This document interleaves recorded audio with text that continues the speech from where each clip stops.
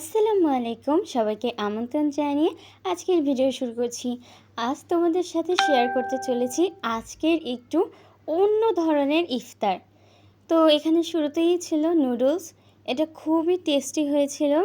তারপরেই এখানে ছিল চিংড়ি মাছের পকোড়া, আর এটা ছিল রুয়াবজার শরবত। তারপরে এখানে ছিল তরমুজ। তরমুজ ছাড়া তো ইফতার করাই যাবে না। আর এই দিকে ছিল ডাবের শাঁস, খেজুর আর আপেল।